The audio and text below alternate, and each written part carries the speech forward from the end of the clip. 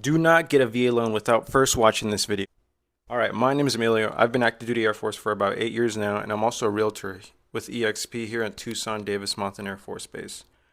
We're going to be going over, technically, what is a VA loan, the big benefits that it obviously offers, things that you should be aware of, and lastly, some caveats with the actual loan. So for starters, what is a VA loan? Technically, it's referred to as a VA-backed loan. The Department of Veterans Affairs is backing that loan that you go out and get from the bank in case you default. For example, let's say you get the loan and 2 years down the line, you just can't make that payment anymore and you have to default on it. You can't pay it. The Department of Veterans Affairs is going to pay the bank that you took the loan out from and pay them. This is how you're able to get away with that 0% interest. And that's why it's such a big benefit, because the Department of Veterans Affairs steps in and makes that promise to the bank. Moving on, one of the biggest benefits obviously is not having to pay that 20% down. You're paying 0% down. And with that, number two is the MIP/PMI that you don't have to pay with the VA loan. If you were to get a conventional loan, you would essentially have to purchase this private mortgage insurance and pay that to the bank. This is insurance for the bank that's coming out of your pocket if you were to be paying 20% down, less than 20% down on that loan. But with the VA loan, you don't do that.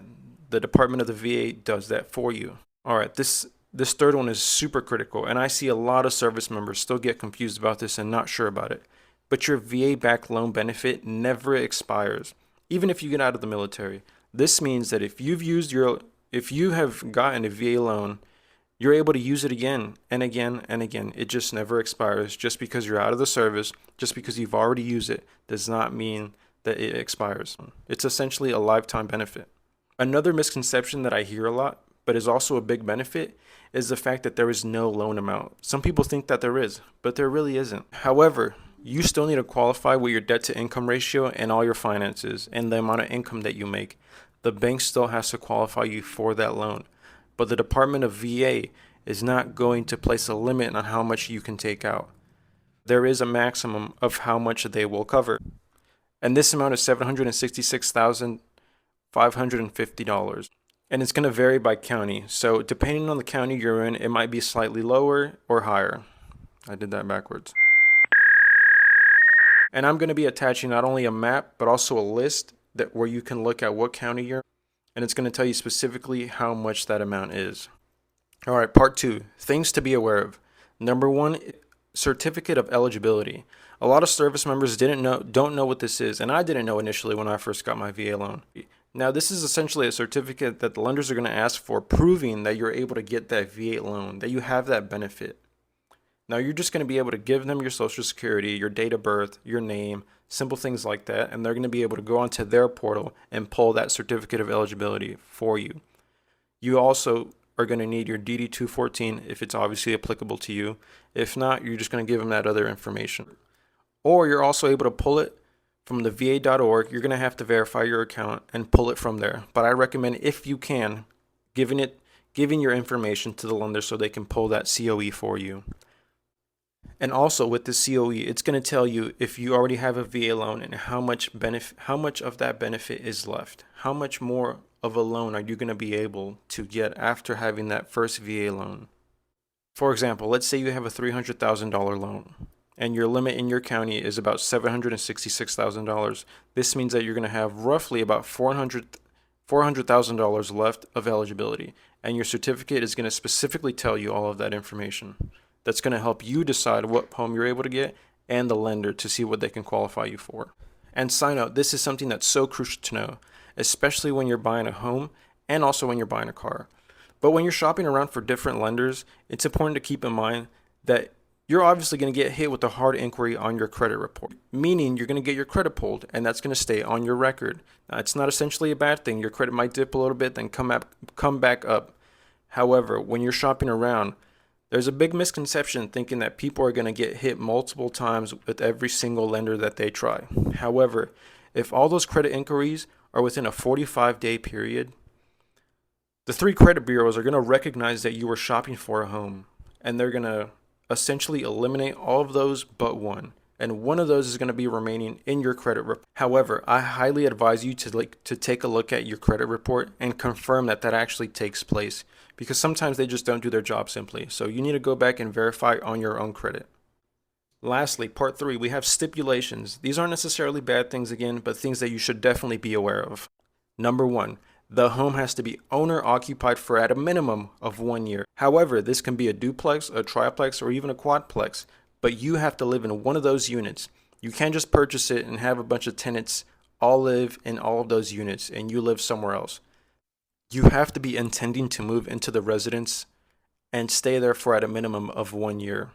This is how you're able to get that second loan. So after your first year has passed and you can afford it, you're able to get that second VA loan. And a note with that, let's say you're deployed and you and your spouse take out that VA loan and you're going to be deployed for the next 4 months, 6 months. Your wife can take that place of intending to move into that residence, and you don't necessarily have to fulfill that requirement. Your spouse can. All right, next is your funding fee.